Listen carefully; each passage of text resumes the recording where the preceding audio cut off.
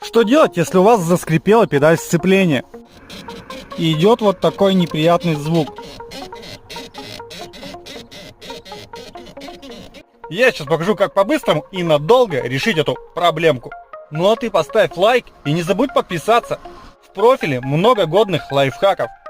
Итак, заглядываем вниз и наблюдаем сам механизм. Обычно смазывают все механизм, но скрипит-то, ребята, не он, а скрипит у нас именно вот этот шток на вот этом соприкосновении.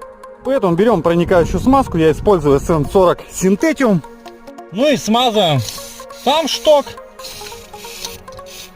Ну и за одним механизм самой педали. Проверяем. И никакого скрипа. Пользуйтесь.